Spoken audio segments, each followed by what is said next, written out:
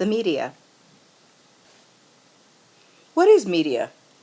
Mass media is a means of communicating information to large audiences. So you can think of newspapers, magazines, television, the radio, and the internet. Now this has to be contrasted from the news. When we think of media, we oftentimes think of news, but we have to understand that media is not only the news hour, and it's not only the way that we get that particular type of information. News itself is information which is reported, which is usually about current events, but media is something which is much, much larger, and it takes into account all of the different ways that we access different information through all of these different sources. Americans are confusing news, actually the whole world as we globalize more is confusing news and media because more and more Americans are getting their news from different types of media sources.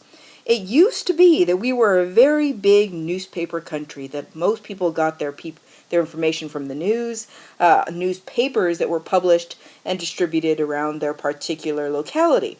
However, as we're getting closer and closer into, or further and further into the digital age, we're actually seeing much more news being reported through different media sources, and newspapers are actually only the fourth most popular, being beaten out by television, the internet, and even radio. A couple of things I want you to know about Americans and the news. Number one, despite the fact that most Americans are exposed to the news, levels of political information in this country are not particularly high. They may hear a little bit about something, but that doesn't necessarily mean they have enough political information about that thing in order to make up their minds or create an independent judgment. Number two, we have no idea what actions our government takes to deal with these issues unless the media tells us. Now, that doesn't just mean unless the news tells us. For example, watching the news on TV or local news channel 8 or reading your newspaper, but the media in general, think about it as the whole world of media. Unless someone's presenting us with that information, we really have no idea what our government is doing. So let's talk about these different forms of media and a little bit about how they play into media as a whole and how it affects our collective consciousness as Americans.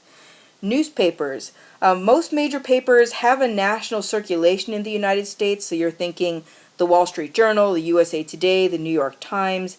These are newspapers where you can go into practically any media store, any grocery store where they sell newspapers in the country, and you can pick up one of these particular papers. Only about a dozen cities have their own daily newspaper. That number has really been shrinking, and small papers subscribe to news or wire services for international news. So in your particular newspaper, you may see sections that when you're done with kind of the local goings-on in Oakland, you'll see international news, what's going on around the world, and where the byline who wrote the article it'll say either Reuters or Associated Press, AP. That means that they actually bought those news stories from a different source so that they can focus their journalistic efforts on local news, and then they buy the news that comes from out of town so that they don't actually have to do their independent research on those themselves. We also have magazines. We are in the age of very specialized print media. Walk into any Barnes & Noble and see all of the different magazines on knitting that you can choose from, and you'll know that. Generally, magazines, the news ones are weekly publications. So we're thinking our Newsweek and Time, for example, U.S. News and World Report, The Economist, and they tend toward a middle-of-the-road ideology. You definitely have your magazines, your Mother Jones, your magazines which tend toward the opposite ends of the spectrum, but in terms of the ones that kind of offer themselves as news magazines to the general populace, they're going to be more moderate. For radio, we have over 11,000 radio stations. They're run by commercial networks and by their local affiliates. And there are only two non-commercial networks, and that's National Public Radio and Public Radio International. So NPR and PRI, and they work closely together, and so you often hear on NPR, for example, that they're getting news from PRI for certain segments. And then, of course, there's television. Currently, about 40% of American households own 3 or more TVs, and they're constantly dialed into all sorts of different programming, including news programming. We've entered an age where we not only have our basic Fox News channel and our Cron 4s, but we have The Daily Show and Colbert Report, which are more entertainment news, but the number of Americans getting the majority of their news from these sources is growing and is actually astoundingly high. Then we have the internet. As of 2007, 62% of American households had internet access. Over 50% of them had broadband. Of course, these numbers have gone up since then and are continuing to increase all over the world. In terms of news sources on the internet, there are the newspaper websites. So, of course, your Wall Street Journal, your New York Times are going to have their own websites. But there are also websites which are designated as news websites only. So in other words, they don't have a print equivalent. And this is Politico, this is the Slate, the Huffington Post, for example, and the Drudge Report. All of those are online only news organizations, and they focus people who want to get their news only from the internet and who don't necessarily need to go to a print source. And then, of course, we have blogs where organizations, interest groups, and everyday folks decide to put out their information on what's happening in their communities and decide to make their own commentary on different things that are happening. So really you can get all of this information through any of these media sources today. And people actually use more than one. They actually go through a couple of different sources in their given day to figure out how they're going to interact with the world around them and the news that's circulating in their communities. So knowing that it's kind of a big deal and that everybody plugs in some way or another, it's important to understand a couple of different things about media. One thing to understand is who owns it, and the next thing to understand is how does it influence us and why does it matter. So let's talk quickly about who owns the media. So it's important to understand that all but one of the major circulation newspapers, national radio, and television stations in the United States are owned by major conglomerates. What's a conglomerate? A conglomerate is just a company that consists of a grouping of businesses that have unrelated streams or industries. So, for example, the company owns a television station, a toilet paper making factory, a restaurant chain, and home video software, for example. It's a company that's really involved in a lot of things and owns a lot of other little companies and a lot of other little subsidiaries that own a lot of things and are kind of coming together. So think of it as just very, very, very, very big companies. So really when we're thinking of the media, we're thinking about corporations who own the media. Advertising revenue accounts for 5 times the amount of money made in the media than circulation revenue. That means for the $1.50 that you pay for your newspaper, 5 times that is going to be made in advertising for that newspaper. So the money is coming in through advertising, not necessarily through the folks paying for the product. And of course, we're also looking at a situation where we have competition which is killing the weaker outlets or forcing them to be bought out. And this just adds to the conglomerate structure because you have smaller papers, smaller outfits which become part of a larger conglomerate that are eaten up into one of the major conglomerates. This is what we term concentrated corporate power. 10 corporations own the Why can't I talk today? 10 corporations own the major national newspapers, the leading news magazines, the national television networks, including CNN and the other cable stations, publishing houses, movie studios, telephone companies, entertainment firms, and other multimedia operations. They form massive global media networks controlled by a handful of corporate headquarters. So what does this look like? And by the way, I want to point out that this is not only the United States, but this is all over the world. We're talking about the United States right now, but really we don't increase the number too many to talk about really the global media concentrated corporate power. Let's take a look at some of these, just so you know what we're talking about here. Time Warner. is a big one. So Time Warner, we know they own AOL, we know they own Warner Brothers, of course. They also own Time Magazine, they own CNN, they own the Cartoon Network and Adult Swim, they own TBS, and they own a bunch of smaller news stations around the country, as you can kind of see down there. GE. GE might not be the first thing that comes to your mind when you think of media. You probably think of light bulbs or other things that they make in hardware stores or that have to do with electricity or your dishwasher. But General Electric also owns Universal Studios. It owns all of NBC. It owns the History Channel, A&E and Bravo. It owns Telemundo, which is a huge subsidiary of theirs. And it owns Hulu and a couple of the other folks you see here. Rupert Murdoch's News Corporation. You might have heard them before as just News Corp or News Corporation. They own the Wall Street Journal and Fox News. So if you think that you're getting separate types of, separate ideologies of looking at the world because you're looking at Fox News and you're looking at the Wall Street Journal, then, not quite right there because you're looking at the same owners. They own the TV Guide.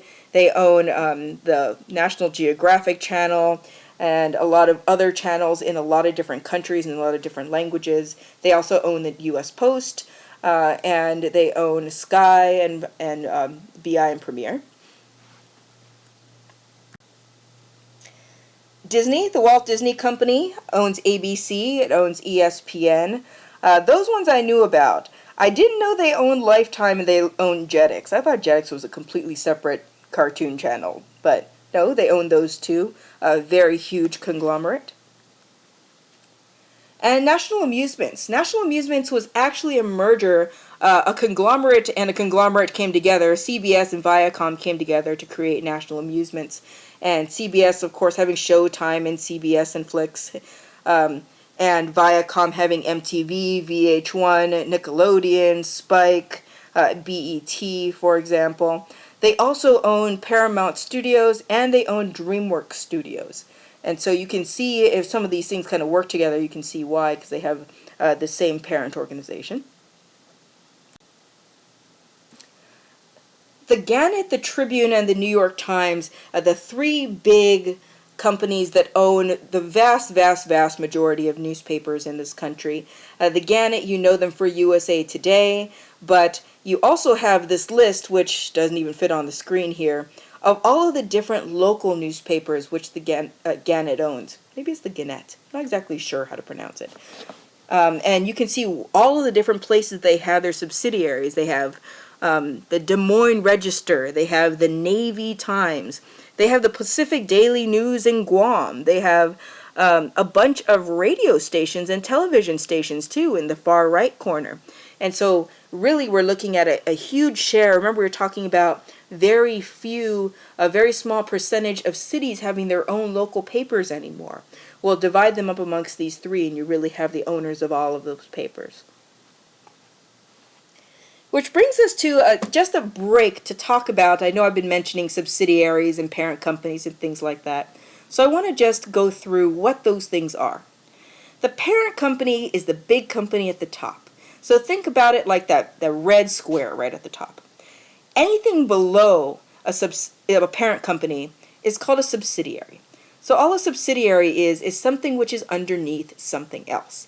In this case, it could be companies which are owned by a larger company, like a parent company. So you can say, okay, well, as we just looked at, ESPN is owned by Disney. So Disney would be the red block parent company, whereas the subsidiary would be ESPN, and that would be, for example, in the yellow block over there. Or we can look at affiliates and associates. Those are the brothers and sisters. So subsidiaries, for example, that work together or that have something in common. So you can think of ESPN and ABC, for example, as somewhat affiliates because they have the same parent company. Neither of them are subsidiaries of each other, but they can be affiliates or associates.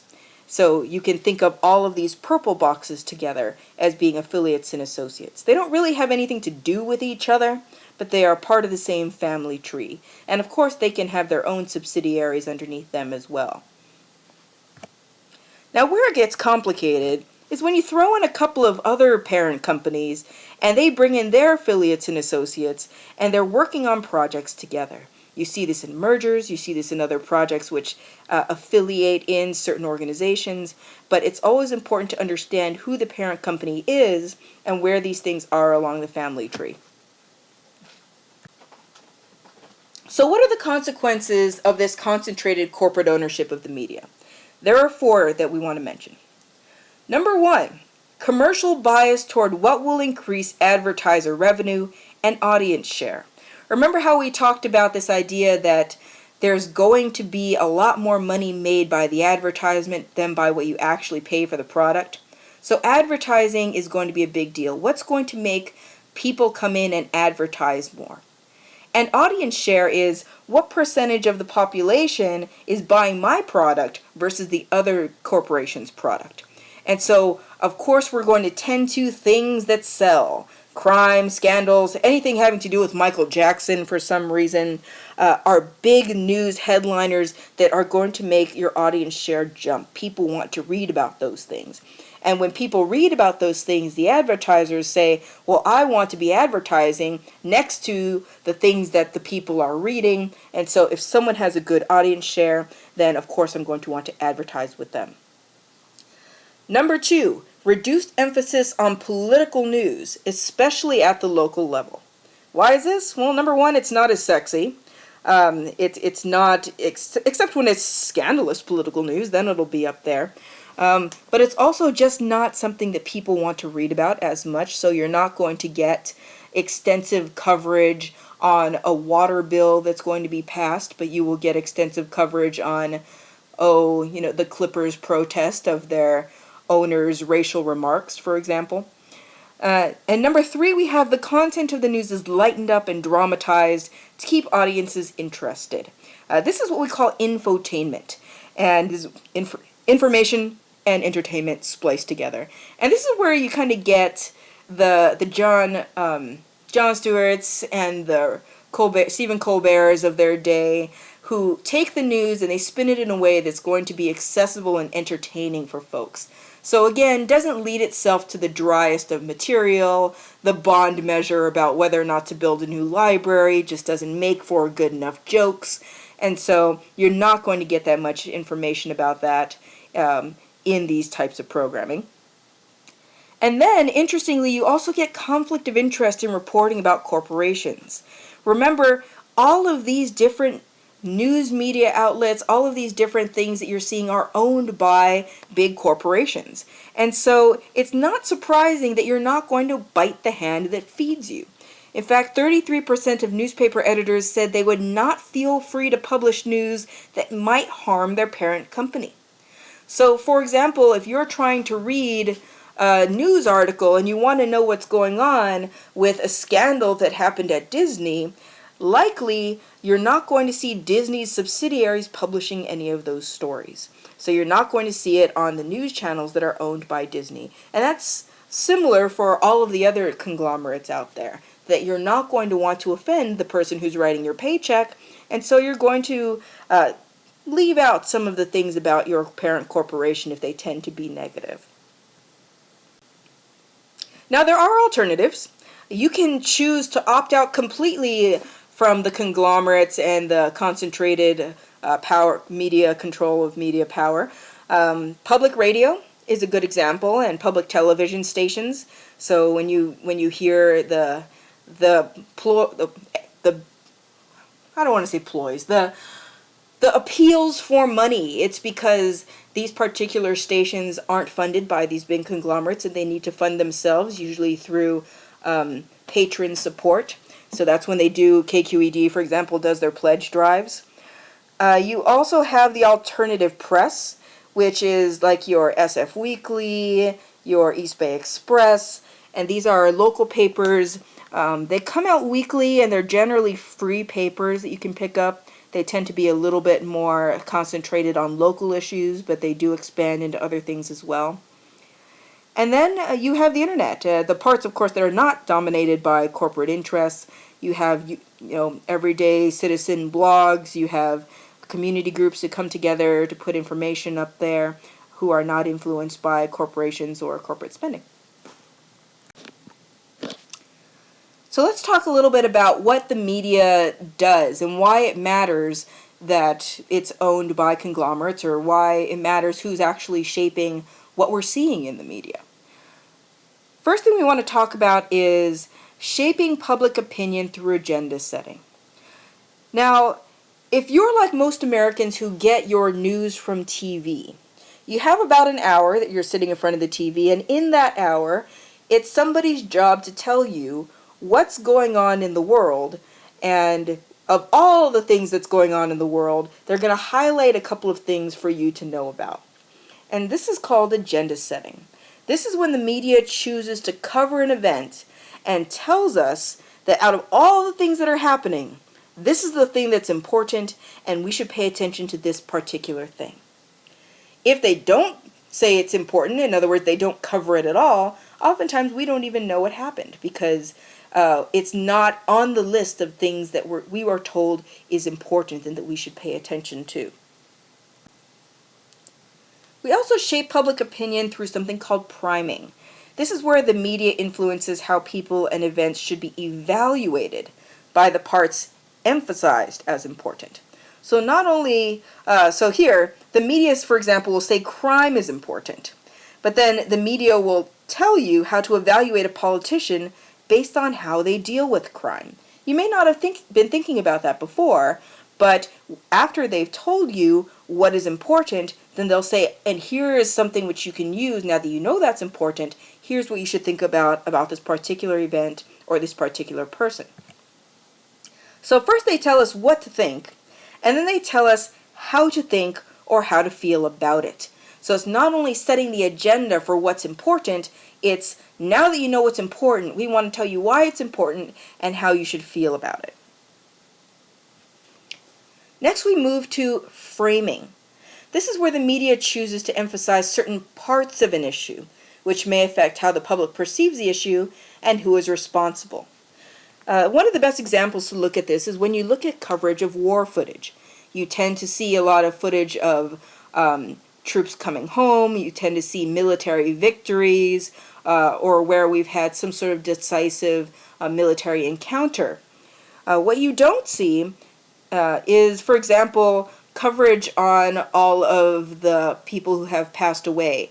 There was a big, I believe this was during Vietnam, when there was a big question about coverage of, there were just bodies and bodies being flown back to the United States and caskets being offloaded, and the media refusing to cover that in order to tell the people, we want to heighten the fact that the war is positive and not tell you the parts of the war that are negative. And so we want to affect how you think about the war and who is responsible for the good things and the bad things about it, based on what we're choosing to cover and what we're choosing to say about what we're covering.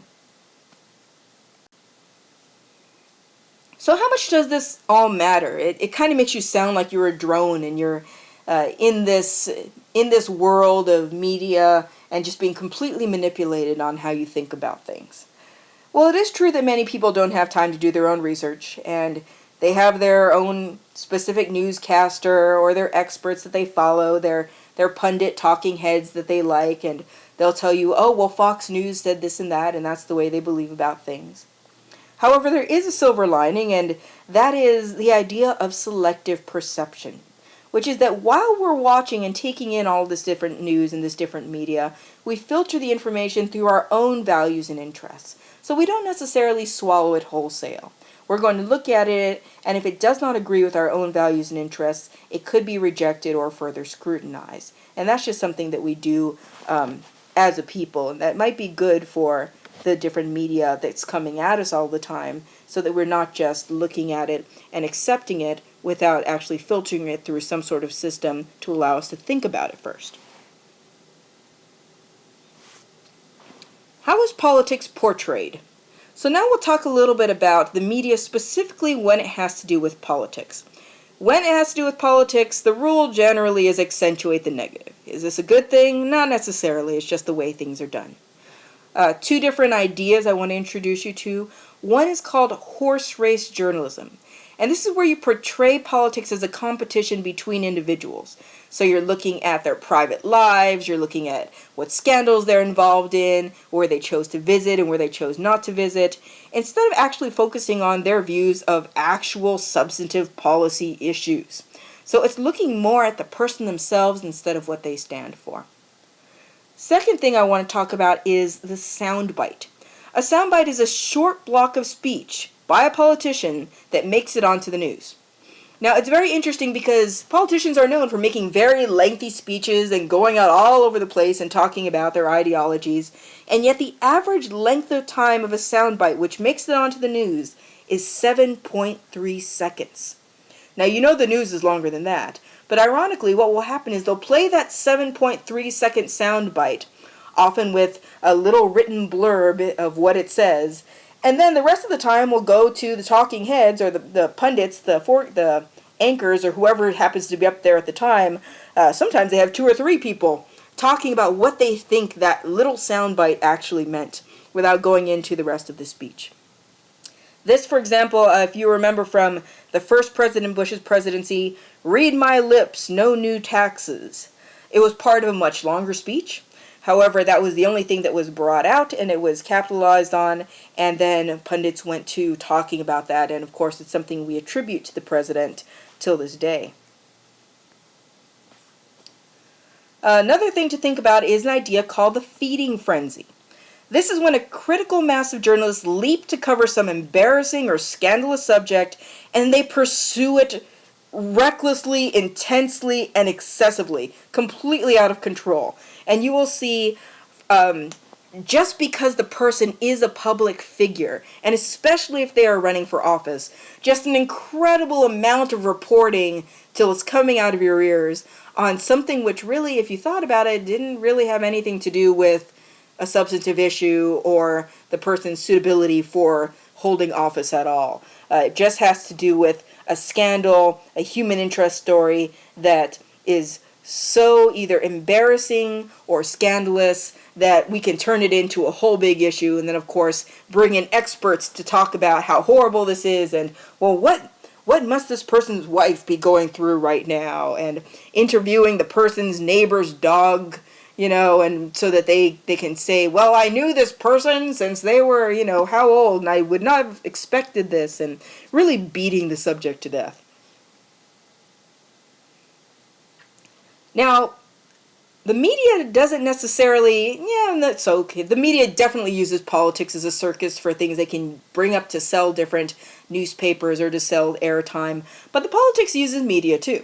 They hold media events, so they will have, different speeches that they've planned to be televised. They will have different conferences where they'll invite only the media, and the media can ask questions because they know that that's how they get across to their voters. Oftentimes they'll have pre-arranged sound bites. They know that something they say, there's going to be something they say which those journalists are going to hold on to and scratch down on their notepads, and that's going to be in the news next. So they plant these sound bites into their speeches to make sure that these are the things that the media picks up on. And there are ways that they use the media and they manage the way that the media and that the news portrays them. For example, 2 ideas. Spin. Spin is you spin the news to look more favorable to a politician. So in other words, it's putting your slant on a story of how something worked. So if there was a scandal or something perceived to be a scandal going on, you'll often have a press release where the candidate or the elected official comes out and says, well, actually, here's what's happened and here's the real story. And they give their particular story and their particular spin on the news to make it look better on them. And secondly, another way that they manage the news is by leaking. What leaking is that they have some sort of confidential information. They don't necessarily want to share it, but they do. And they will secretly reveal this confirmation to the media. Now, it might not necessarily be the particular elected official, but it'll be an aide or it will be someone who works there.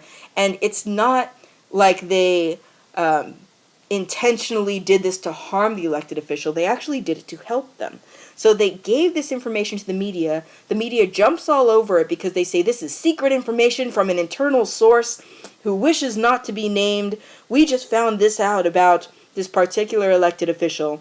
But it's something which actually helps to portray that elected official in a good light, or it's some sort of information which, when leaked out, is beneficial to that elected official.